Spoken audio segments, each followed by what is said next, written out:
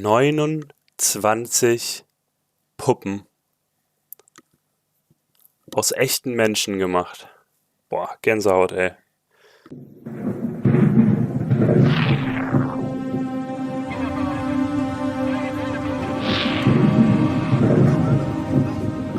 Ich habe letztens so ein Hörbuch gehört, beziehungsweise ging es da um irgendwelche Kriminalfälle oder sowas. Ja, so gruselige Fälle.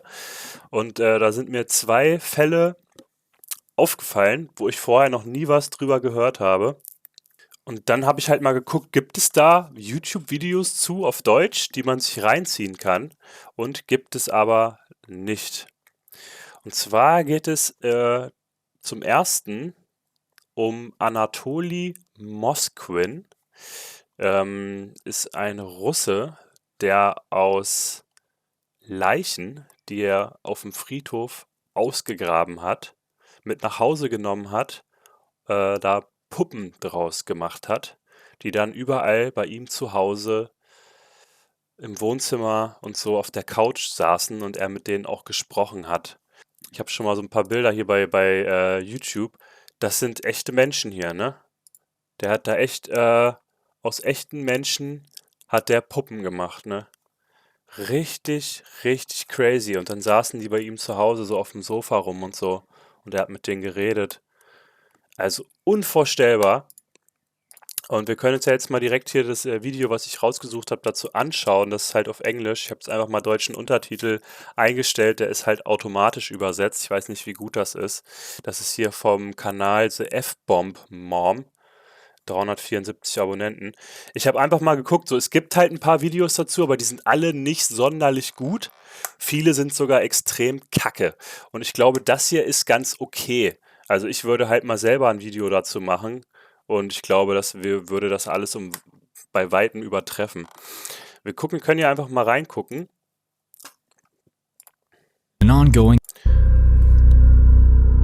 Throughout time, fascination with death has been an ongoing and shared subject for many. The grim, oddly fascinating part about the afterlife involves the possibility of forming some sort of connection with a lingering entity or a loved one that might have passed. Oftentimes, either to satisfy this curiosity or to cope with loss, people will attempt to contact the dead by either visiting their gravesite or, in more extreme cases, by using certain communication devices such as a Ouija board or some sort of radio. By this point in time, as we all know, these definitely provide heavily mixed results, depending on who you are. But what about those that take this fascination too far? Historically, we've had a few very infamous names pop up about certain people keeping dead bodies for themselves. Such was the case with Carl Tanzler, the necrophile that kept a deceased and mummified 22-year-old in his home to live. Krass, also es gibt sogar auch noch mehr Menschen, die sowas schon mal gemacht haben. Hier irgend so ein Typ, weiß nicht, Tanzler hieß er wohl, hat auch 22 mumifiziert, 22-Jähriger. Ja, die deutsche Übersetzung ist halt, wie gesagt, nicht so geil, ne? Aber der hat wohl auch Menschen mumifiziert und bei sich zu Hause aufgehoben. Also das scheint wohl irgendwie so ein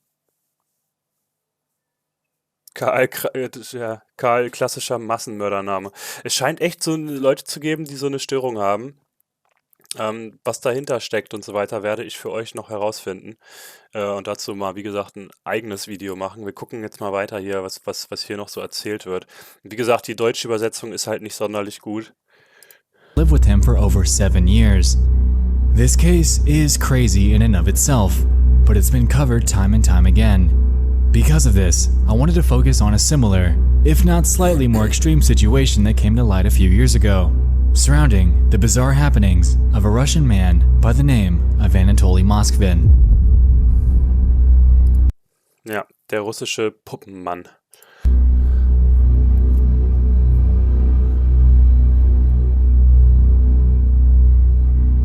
Moskvin is a 52-year-old that, back in the mid to late 2000s, was regarded a genius by many.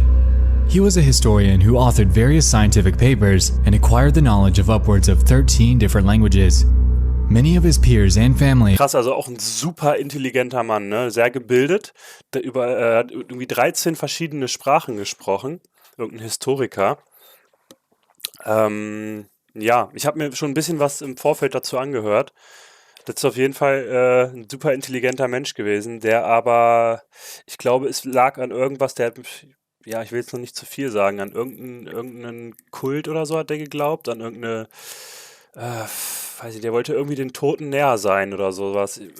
Wir gucken mal. Wie gesagt, ich werde noch mal ein bisschen recherchieren und dann in Zukunft werdet ihr da noch mal was von hören, von mir.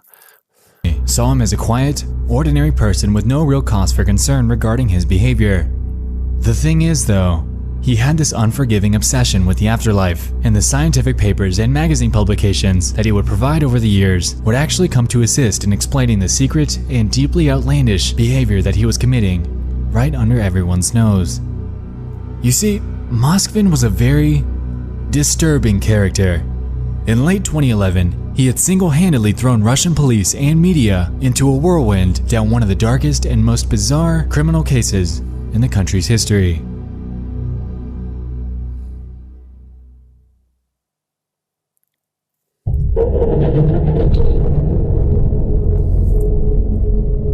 Backing up to 1966, Anatoly was born in Nizhny Novgorod, Russia, to his parents by the names of Yuri Fedorovich and Elvira Alexandrovna. According to his parents, he was very socially awkward and had pretty intense difficulty making friends. On the flip side of this, he was extremely smart, and his parents simply chalked up his awkwardness to his intelligence, not thinking much of it. Young Anatoly had a childhood that was far from conventional though. According to an account by him, for example, one day in the 3rd grade, he had returned home from school completely covered in bruises. As it turns out, these were caused by a man that raped him sometime that day. To date, it's unclear whether he ever relayed that information to his parents or not. This was far from the first odd instance that played. Ja, okay, krass, ne? Das macht natürlich was schon mit einem Menschen, ne? Wenn man dann irgendwie keine Ahnung, in der 3. Klasse, wie alt ist man da? 9 oder so? Ja, einem sowas Schreckliches passiert. Das verändert Menschen, ne? Out in his youth. In fact, one could argue that what we're about to discuss was the true beginning of his obsession with a very unconventional topic: the dead. This fascination stems way back to when he was only 13. In a local weekly publication that focuses on cemeteries and obituaries, Moskvin outlines a very strange ritual that he found himself tangled up in. In the publication, dated October 26, 2011, he explains that a group of men in black suits stopped him on his way home from school. They were en route to the funeral of 11-year-old Natasha Petrova and ended up dragging young Anatoly along to her coffin, where they forced him to kiss the girl's corpse. Further on in his writing, he Krass. Der wurde dann irgendwie gezwungen, ein totes Mädchen zu küssen von irgendwelchen Leuten in schwarzen Kutten. Crazy, ey. Das ist aber nicht schön. explains that, quote, I kissed her once, Gänsehaut, ey. then again. Afterwards, the girl's mother then allegedly placed a wedding ring on the 13-year-old's finger and one on the hand of her dead daughter. My strange marriage with Natasha Petrova was useful, Moskvin claimed. Useful it was, as Moskvin's unapologetic obsession with the undead was just beginning to take root. After this, Moskvin began to have very ominous dreams about the dead girl. According to him, she would visit him nightly and would try to profess her knowledge of black magic upon him, whilst pleading for him to return to the village where the ritual had taken place. Apparently, after heading back there, the visitation stopped, but this would be short-lived, as once he ceased to visit it regularly, she would once again appear in his dreams. Reporting this to his parents was ineffective at best, as they simply took him to a doctor that chalked it up to Leute, ich überlege nur gerade, wenn ich da ein Video zu mache, ne? Also ein richtig gutes deutsches Video. Das passt irgendwie nicht so, wenn ich das auf meinem Hauptkanal unterbringe, weil da habe ich jetzt schon so viele Themen irgendwie, ne? Lost Places, Outdoor, bisschen Mountainbike, mehr so Abenteuer. Das passt da irgendwie nicht so richtig rein, finde ich. Ich könnte das Ganze einfach auf meinem Live-Kanal veröffentlichen, um den vielleicht einfach ein bisschen zu pushen.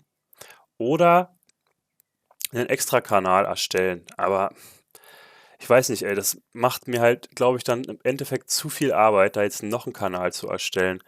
Deswegen überlege ich, könnt ihr mal sagen, mal schreiben, was ihr dazu sagt. Ob ich dann einfach solche produzierten Videos, die ich von zu Hause aus produziere, einfach auf meinem Live-Kanal mit veröffentliche. Das wäre, glaube ich, besser, ne? Anstatt die dann auch noch mit auf meinem Hauptkanal zu veröffentlichen. Mr. Tobran, ja. Ich hatte auch schon überlegt, ob ich einen extra Kanal mache, aber wie gesagt, das wird dann noch mehr Arbeit. Ich kann keine 3 YouTube-Kanäle irgendwie klar machen, ne? Also ich meine jetzt diese Reaction-Videos, die hier jetzt draus entstehen, die sind einfach zu schneiden für meinen Live-Kanal. Das ist kein Problem. Genau, Alex sagt auch gerade Live-Kanal. So ein Projekt wird dann natürlich schon wieder ein bisschen mehr Zeit in Anspruch nehmen, ne? Ja, okay. Ich glaube, da sind wir uns jetzt schon eigentlich einig, dass das eine bessere Idee ist, dann das auf meinem Live-Kanal zu machen. Dass ich da dann halt noch zusätzlich ein bisschen Horror-Content mit raushaue, beziehungsweise einfach alle Videos, die ich von zu Hause aus produziere, wo ich einfach nur recherchiere, Bilder raussuche, Videomaterial, was ich da einfach alles mit einfüge, was zu erzähle, dass ich das alles dann noch auf dem Live-Kanal rausballer. Vielleicht wird er ja auch dann mal ein bisschen größer. Würde mich natürlich freuen. Und dieser Taccos World-Kanal wirklich ein reiner Abenteuerkanal bleibt, ne? Wo ich Abenteuer erlebe, Lost Places, sonst wo unterwegs bin. So Abenteuer, die jetzt auch wieder bald mit Alex stattfinden. Irgendwelche größeren Fahrradtouren und sowas, ne? Ja. Ja, genau. Alles klar. Gut. Danke. Moskvin, enduring puberty. With this diagnosis, he also went forth to prescribe him valerian, an herbal sedative that aids in relaxation. After an entire year of visits by Natasha, she would eventually grow tired of Moskvin's refusals to do what she wanted. Since this was the case, she tasked him with performing a black magic ritual using a classmate's tooth in exchange for her leaving him alone forever. Somehow, according to Moskvin, this ritual was carried out successfully, and as a result, she never came back again. This so-called task would have other implications on his life, however, as it successfully kicked off Anatoly's interest in black magic and the occult. Later on in life, Moskvin studied at the University of Moscow and earned a degree in Celtic studies, a culture that bears a very close blend in beliefs between life and death. Also, he would go on to join the Society of the Luciferians and would embrace the left-hand path. Krass, ja, das ist aber auch mega spannend, ne? Dass der sich dann so für Okkultismus und schwarze Magie und sowas interessiert hat, ne? Das sind halt wirklich krasse Themen. Und sich dann noch irgendeiner Gesellschaft der Luziferianer oder so, ich weiß nicht, ob das hier so gut übersetzt ist, ich werde es nochmal rausfinden. Das ist wirklich heftig, ne? Wie sich das dann entwickelt hat bei dem. Erst hat er irgendeinen Abschluss in irgendwie Keltenkunde oder so gemacht, wo ist ja, glaube ich, auch, was auch viel mit Leben nach dem Tod und so zu tun hat, der Glaube. Das ist schon crazy. Also, das ergibt halt langsam irgendwie ein ganzes Bild, ne? Wie das bei ihm, was da bei ihm im Kopf abging, vielleicht. Which bears a focus on sexual magic and personal anarchy. This, coupled with his Sexualmagie und persönliche Anarchie. interest in black magic would result in Moskvin performing various rituals on dead animals and eventually vowing Und dann hat er angefangen, Rituale an toten Tieren durchzuführen. celibacy. After graduation, it became known that he had grown to acquire extensive knowledge of the intricacies of all the surrounding cemeteries in his area. When sharing his knowledge throughout his various writings, he claims that he went to upwards of over 752 of them from 2005 to 2007 in his hometown for a so-called research trip. Assisted by a well-known historian named Oleg Ryabov, the two began their trek across the region to document cemeteries and to unearth local history along the way. The end goal was to publish a book by the name of Nizhny Novgorod Necropolis that contained all of his findings, but as you might have guessed, Moskvin had ulterior motives in mind. In 2009, local residents began to notice that the gravesites of their loved ones were either desecrated or dug up entirely. Krass, ne? Das ist so heftig. 2009 ist dann aufgefallen, dass irgendwelche Gräber von den Friedhöfen, dass da irgendwelche Leichen ausgegraben wurden wieder.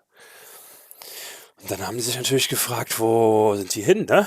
Wo sind die hin, unsere Freunde, unsere Familie, die wir unter die Erde gebracht haben? Warum sind die nicht mehr da? Boah, das ist harter Tobak. This eventually led to a 2-year-long investigation into these occurrences that seemed to lead nowhere at all. Vor allem ist das ja gar nicht so lange her, ne? 2009, und dann haben die 2 Jahre, lese ich hier gerade, irgendwelche Untersuchungen durchgeführt.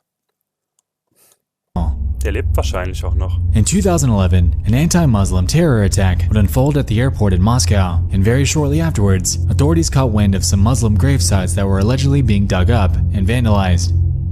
After going to investigate that for a potential terror suspect, Moskvin would quickly jump to act like he was simply painting over some gravestones. But he was, in turn, promptly arrested, caught red-handed in the act of vandalism. Shortly afterwards, dann wurde er irgendwie auf frischer Tat ertappt, wie er irgendwelche Grabsteine beschmiert police would then launch an investigation into these bizarre acts by Moskvin, and the first place of interest to search was his living quarters. Fully expecting Moskvin to be an extremist, they were anticipating the discovery of various anti-Muslim propaganda to litter his living quarters. Antimuslimischer Propaganda. What they would find in reality, however, would leave police completely baffled. The raid, which took place in an apartment that he actually shared with his parents, ended up leading to the discovery of 29 life-size dolls. 29 Puppen. Aus echten Menschen gemacht. Boah, Gänsehaut, ey. Müsst ihr euch mal vorstellen, ihr seid so ein Polizist, der dann da reingehen muss in diese Wohnung. Und ihr kommt da rein und seht da irgendwelche Puppen auf den Sofas und so sitzen oder im Bett liegen und so. Und denkt euch so, was ist denn das für ein crazy shit irgendwie? Was ist denn hier los? Bis ihr dann checkt, dass das echte Menschen sind, ne? Die da sitzen. Tote, echte Menschen. Puh, Alter.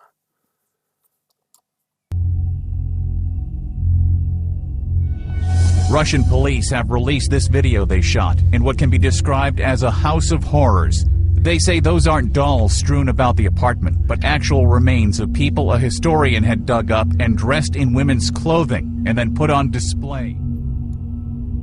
The figures, heavily representing antique dolls, wore various types of clothing. Apparently, Moskvin dressed all of these up in makeup, even going as far as to place buttons or various circular objects in their eye sockets to give them a more lifelike appearance. Krass, er hat die auch alle noch so krass angezogen und den irgendwelche Knöpfe in die Augenhöhlen reingemacht, damit die menschlicher aussehen. Die geschminkt und so. The thing is though, these weren't simply dolls. Rather, these were all created with the dead corpses of girls ranging in age from 3 to just 12 years old. Das waren alles Leichen von Mädchen im Alter von 3 bis 12 Jahren. Aber da waren noch größere dabei, glaube ich, oder? Boah, ey. Das wird ja immer krasser. Even more disturbing, when police began to move the bodies in this investigation, most of them would emit some sort of jingle, and it was later revealed that Moskvin stuffed each of the rib cages with music boxes so they could emit some sort of audible feedback. Ne, die haben dann festgestellt, dass die Körper irgendwie vollgestopft waren mit Spieluhren. Ich weiß jetzt nicht, wie gut das hier übersetzt ist, damit sie eine Art hörbares Feedback abgeben konnten.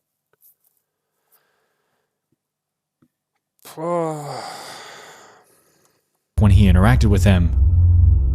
Moskvin also allegedly kept track of their birthdays in his room and celebrated them when the time came.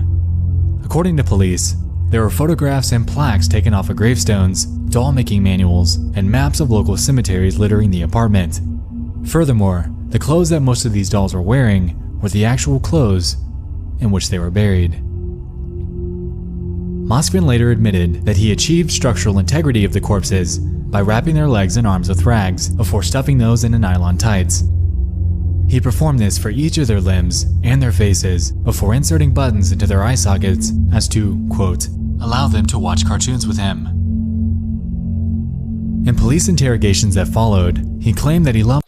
Hat den irgendwelche Knöpfe in die Augenhöhlen reingemacht, damit die wieder sehen können, seiner Ansicht nach und seiner Aussage nach, hat er das gemacht, damit sie mit ihm zusammen Cartoons angucken können. Das heißt, er saß dann da wahrscheinlich mit den Leichen auf seinem Sofa und hat sich Cartoons reingezogen.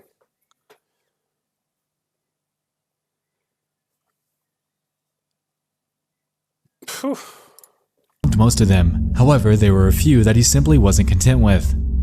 The ones that he had grown to dislike were promptly stuffed into their small garage and left to be forgotten. Apparently, he did all this out of loneliness. His parents claimed that he'd grown this massive obsession with creating life-size dolls, and bizarrely didn't think much of it, regardless of the smell that it would emit. Boah, krass. Und seine Eltern, die dachten, dass er einfach nur da irgendwie Bock drauf hat, sich lebensgroße Puppen zu bauen. Und die haben sich aber immer schon irgendwie gewundert, warum es da so komisch riecht bei ihm zu Hause. Alter. We saw these dolls, but we did not suspect there were dead bodies inside. We thought it was his hobby to make such big dolls, and we didn't see anything wrong with it, his mother claimed in an interview. According to a neighbor, there would be a constantly putrid smell that would emit from their apartment every time he passed by. However, he chalked it up to being a sewage problem below the building, not thinking much of it. Out of all the corpses that he kept locked up in his apartment, there was one of them that was with him for upwards of 9 years. With all of these findings by police, Moskvin was eventually charged with extremely heavy crimes. In late 2011, with new nicknames given by the media, such as Lord of the Mummies and the Puppeteer, Moskvin eventually confessed to 44 counts of grave abuse and was sentenced to a psychiatric ward shortly afterwards. There, he was diagnosed with schizophrenia and has been in confinement ever since. It's been reported that Moskvin was repeatedly beaten by guards at this facility, and according to his mother, ja, ob das was bringt dann, ne? Also hier steht gerade, dass er dann im Gefängnis war und dann irgendwie von den Wärtern irgendwie zusammengeschlagen wurde, regelmäßig. Das bringt's halt auch nicht, ne? Das macht's halt nicht besser, ne? Ja, gut. Ah. Was also fed up to 15 pills per day, which kept him in a catatonic state. Since this was the case, a human rights lawyer by the name of Violeta Volkova was hired to represent Moskvin. Her end goal was to get him out of this facility and into an independent clinic in Moscow for re-examination, expressing a primary distrust in the ward's doctors.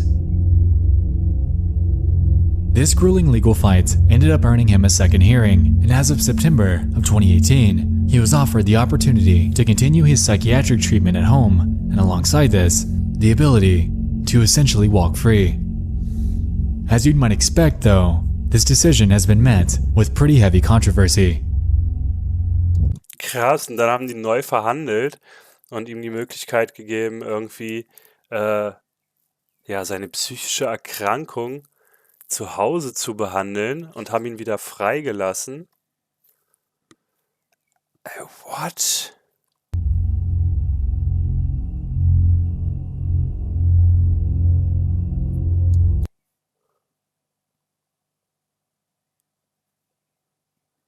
Ihr habt eure Kinder zurückgelassen, ich habe sie wieder nach Hause gebracht und sie aufgewärmt.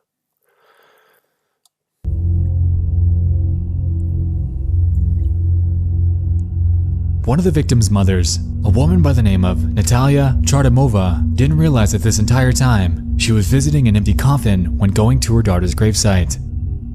The corpse of her daughter, Olga, was one of the 29 girls that he dug up and kept locked up in his home. Apparently, she had been brutally murdered at age 10, and it's completely tragic to think about what this mother could have gone through during that. Coming to the realization that her daughter was taken from her not only once, but a second time infuriates her, and she's one of the very many that unapologetically oppose the potential release of him. He needs to be kept under surveillance. This creature brought fear, terror, and panic into my life. Anatoly Moskvin is set to walk free from his psychiatric ward sometime this year. The order of his containment with the facility was set to expire last December, so his release comes in only a matter of time. While he might walk as a quote-unquote free man, his crimes will forever go down as some of the darkest and most bizarre in history. The emotions that these parents are going through is completely inconceivable, and we can only hope that authorities keep a close eye on him for the remainder of his life, as he could very easily still possess the inner drive to continue with his disturbing antics.